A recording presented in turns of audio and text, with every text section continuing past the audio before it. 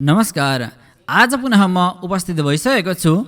आज स्वस्थानी व्रत कथाको 27औं दिन। आज 27औं अध्याय लिएर म उपस्थित भएको छु। हामीले हिजो 26औं अध्यायमा चन्द्रावती लावण्य देश गएको कथासम्म सुनेका थियौं। आज हामी 27औं अध्याय सुन्नेछौं। म 27औं अध्याय वाचन गर्न गइरहेको छु। कृपया ध्यान दिएर सुन्नुहोला।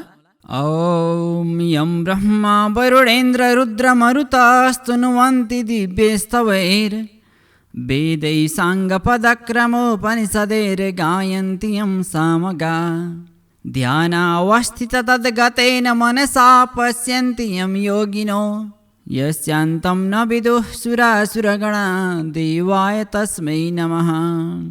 श्रीमच्चन्दनचर्चितोज्ज्वलवपुः शुक्लाम्बरा मल्लिका मालालङ्कृतकुण्डला प्रविलसन्मुक्तावली शोभिता सर्वज्ञाननिदानपुस्तकधरा रुद्राक्षमालाधरा वाग्देवी वदनाम्बुजे वसतु मे त्रैलोक्यमाता चिरम्।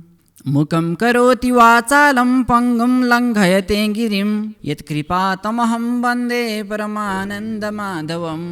नमो भगवते तस्मै व्यासाय अमिततेजसे यस्य प्रसादाद् वक्ष्यामि नारायणी कथामिमाम्। नारायणं नमस्कृत्यं नरं चैव नरोत्तमं देवीं सरस्वतीं व्यासं ततो जयमुदीरयेत्। अथ सप्तविंशोऽध्यायः। स्कन्दजी भन्नुहुन्छ, हे अगस्त्य मुनि, डोलेहरू पनि चन्द्रावती भएको ठाउँमा आएर हे महारानी, स्वर्गका अप्सरा स्वस्थानी परमेश्वरीको व्रत गर्न लागेका देख्यौं। उनका संसर्गमा हामीले पनि व्रत गर्न लाग्यौं र विलम्ब भयो, क्षमा गर्नुहोस्। तपाईलाई पनि श्री स्वस्थानीको प्रसाद ल्याएका छौं, लिनुहोस् भनी डोलेहरूले भनेको वचन सुनि चन्द्रावती अति क्रुद्ध भई राता राता आँखा गरी दारा किटी नागले सास फेर्दा चाहिँ सुस्केर हाली मत्ता हात्ती रिसाउँदा चाहिँ ठुलो स्वर गर्जना गरी, हे पापी डोलेहरू हो, मलाई यस्ता वनमा छाडी व्रत गर्न लाग्यौ। सेवकको धर्म यही हो। त्यस व्रतले तिमीहरूलाई खान दिन्छ कि? मैले त स्वस्थानी भनेको सुनेको पनि थिएन। त्यो कहाँ कि देवता हो, के गर्न सक्छ? तिमीहरूले मलाई नटेरेको हो। वनमा भयो र पो नत्र तिमीहरूलाई मारिहाल्ने थिए। कहिले पुङ्गुली भनी हतपताई आए कि मलाई विलम्ब गरिदियौ। अपराधी रहेछौ भनी वानर कुदेर गई डोलेहरूका हातबाट श्री स्वस्थानी परमेश्वरीको प्रसाद खोसी मुखले थुथु गरी थुकी गोडाले कुल्ची फालिदिन्। अब पनि यसै गरौला कि चाँडो लैजाओ भनिन्। तब डोलेहरू डराई आँखादेखि आँसु खसाली केही पनि भन्न नसकी मनले श्री स्वस्थानी परमेश्वरीलाई सम्झी चुप लागि म्याना बोकी गए। लावण्य देशका नजिकै साली नाउँ गरेकी नदी थिइन्। तहाँ पुगी आधा नदी तरिसकेपछि श्री स्वस्थानी परमेश्वरीलाई निन्दा गरेका पापले अकस्मात कालो बादलले आकाश ढाकी मुसलधारे पानी बर्स्यो। ठुलो बतास आयो र चन्द्रावती म्यानाबाट साली नदीमा खसिन्। डोलेहरू श्री स्वस्थानी परमेश्वरीका व्रतका प्रभावले पंक्षी रूप भई कैलाशमा गई आनन्दले शिवपुरीमा रहे। जो मनुष्य श्री स्वस्थानीको व्रत गर्ला त्यसले त्यो पदवी पाउला। तहाँ उपरान्त चन्द्रावती ब्राह्मणी महापातकी भई जलभित्र पौडी रहिन्। जुन दिन चन्द्रावती साली नदीमा खसिन् त्यस दिनदेखि साली नदी बहिनन् स्थिर भइरहिन्। माझीहरूले त्यो देखेर यो के आश्चर्य भयो, यस नदीमा ग्रह आइबस्यो कि नाग आइबस्यो कि अथवा देशमा कहीँ उत्पात हुन लाग्यो? यस्तो भयो कि यो कुरा राजा छेउ कहीँ कहाँ हौ भनी नवराज छेउ गई बिन्ती गरे, हे महाराज,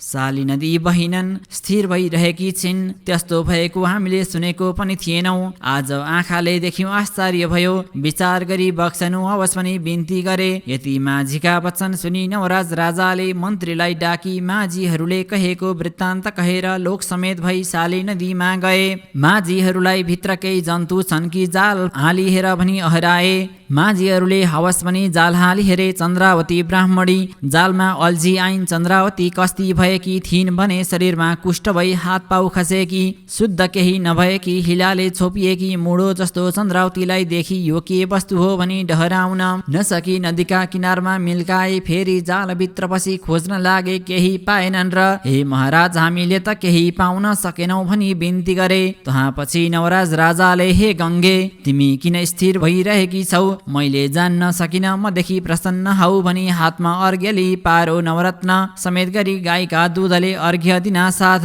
साली नदी बहिन्थ्यो देखि नवराज राजाले आश्चर्य मानी लोक समेत भई दरबारमा फिरे। तहाँ उपरान्त चन्द्रावती ब्राह्मणी कस्ती भइरहन् भने क्षणमा चेष्टा क्षणमा मूर्छा हुने क्षणमा छुदा तृष्णा हुने यस्ता तरहले महाकष्ट पाई मोडो लडे झैं साली नदीका किनारमा रहिन्। एक दिन साह्रै भोक लाग्यो र खाने कुरो केही नपाउँदा माटो हातमा लिइन्। त्यो माटो पत्थर भई गयो, पत्थर पनि खाउँ भन्दा हाड भयो, हाड पनि खाउँ भन्दा खरानी भयो, खरानी पनि खाउँ भन्दा ठुलो बतास आई उडाइ लग्यो। श्री स्वस्थानीलाई निन्दा गर्नाले शीत प्यास भोकदेखि भएका नाना दुःख सही रहिन्। तहाँ उपरान्त नवराज राजाले आफ्ना राज्यमा भएका सम्पूर्ण ब्राह्मणलाई निम्ता गर्न पठाई ब्राह्मण भोजन तयार गरे। नवलपुरका कपिलनाउ गरेका 2 भाइ ब्राह्मण पनि राजाका ब्राह्मण भोजनमा जान भनी त्यतैबाट आएको चन्द्रावतीले देखिन् र तिमीहरूको हौ कहाँ जान आयौ भनी सोधिन्। ब्राह्मणहरूले हामी कपिलनाउ गरेका ब्राह्मण हौ, लावण्य देशमा नवराज राजाले ब्राह्मण भोजनमा निम्ता गरेका छन्, भोजनमा जान आयौं भनेर चन्द्रावती भन्छन्। हे ब्राह्मण हो,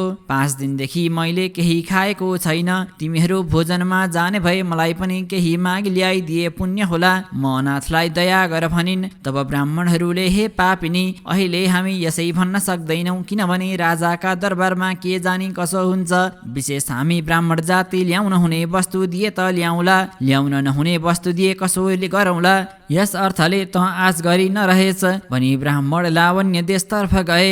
नवराज राजाले सम्पूर्ण ब्राह्मणहरूलाई पूजा गरी दक्षिणा दिई भोजन गराए। भोजन गरिसकी सबैजना नवराज राजालाई आशीर्वाद गरी आनन्दले आफ्ना आफ्ना घर गए। ती नवलपुरका कपिल ब्राह्मण 2 भाइले अघिको कुरो सम्झे, त्यसै जाउँ भने त्यो पापनी आश गर्दियो, केही लगिदियौँ भने कसो गरी मागौँ, लोभी भन्लान् भने केही सकेनन् र भोजन गरेका ठाउँमा कहिले जाने कहिले आउने गर्न लागे। त्यसो गरेको गोमा रानीले देखिन् र भण्डारेहरूलाई डाकी भनिन्, हे भण्डारे हो, ती ब्राह्मणहरूले खान पाएनन् कि सोध भनिन्। भण्डारेहरूले हवस भनी गई, हे ब्राह्मण हो, तिमीहरूले खान पाएनौ कि अथवा सन्तोष भएनौ, इच्छा भए फेरि भोजन गर भन्दा ब्राह्मणहरू भन्छन्, हे भण्डारे, महाराजका कृपाले इच्छापूर्वक भोजन गर्यौं, सन्तुष्ट पनि भयौं। हामी यहाँ आउँदा साली नदीका तीरमा शरीरमा कुष्ठ उब्जेको, हात पाउ खसेको कोही स्त्री जातिले देखिर कहाँ जान्छौ भनी सोधी हामीले राजाका ब्राह्मण भोजनमा जान्छौँ भन्यौं। तिमीहरू भोजनमा जाने भए मलाई पनि केही ल्याइदियौ, 5 दिनदेखि केही खाएको छैन भने थिए। त्यस अर्थले अब त्यसै जाउँ भने त्यो आशा गरिरहेकी होली,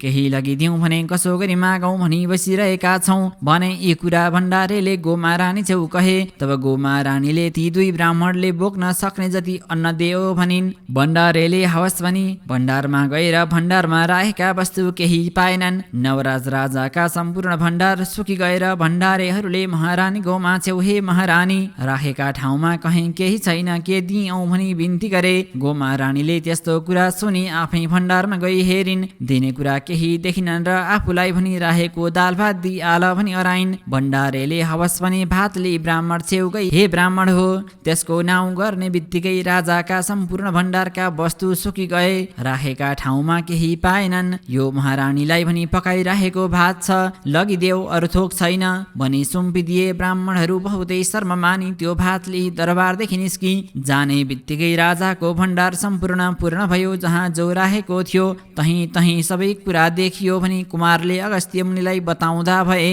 स्कन्दजी भन्नुहुन्छ, सुन्यौ हे अगस्त्यजी, जसले यो 27औं अध्याय माघ महिनामा पाठ गर्ला वा सुन्ला त्यसले आफ्ना मालिकको मान बढेको सुन्न पाउनेछ। तत्सत। श्री स्कन्द पुराणे केदार खण्डे माघ महात्म्ये कुमार अगस्त्य संवादे नवराज ब्राह्मण भोजनं नाम 27 हरि ओम तत्सत्। उपनयतु मङ्गलं वः सकल जगन्मङ्गलालयः श्रीमान् दिनकर किरण निबोधित नवनलिन दल निवेक्षणः कृष्ण काले वर्षतु पर्जन्य पृथिवी सस्यशालिनी देशोऽयं क्षोभरहितो ब्राह्मणा सन्तु निर्भयाः अपुत्राः पुत्रिणः सन्तु पुत्रिणः सन्तु पौत्रिणः निर्धनः सदनः सन्तु जीवन्तु शरदां शतं तत्रैव गङ्गा यमुना च तत्र गोदावरी सिन्धु सरस्वती च तीर्थानि सर्वाणि वसन्ति तत्र यत्राचित्योदार कथा प्रसङ्ग या कुन्देन्दु तुषारहार धवला या शुभ्रवस्त्रावृता या वीणावरदण्डमण्डितकरा या श्वेतपद्मासना या ब्रह्माच्युतशङ्करा प्रभृतिभिर्देवैः सदा वन्दिता सा मां पातु सरस्वती भगवती निःशेषजाड्यापहा कायेन वाचा मनसेन्द्रियैर्वा बुद्ध्यात्मना वा प्रकृतिस्वभावात् करोमि यद्यत् सकलं परस्मै नारायणायेति समर्पयामि। ओम श्री स्वस्थानी परमेश्वर्यै नमः। स्वस्थानी माता की जय। नमस्कार, हामी प्रत्येक दिन श्री स्वस्थानी व्रतकथा लिएर उपस्थित हुनेछौँ। हजुरहरूले प्रत्येक दिन एक अध्याय सुन्दै जानुहुनेछ 1 महिनासम्म। हामी भोलि पुनः उपस्थित हुनेछौँ अर्को अध्याय लिएर। हस्त नमस्कार।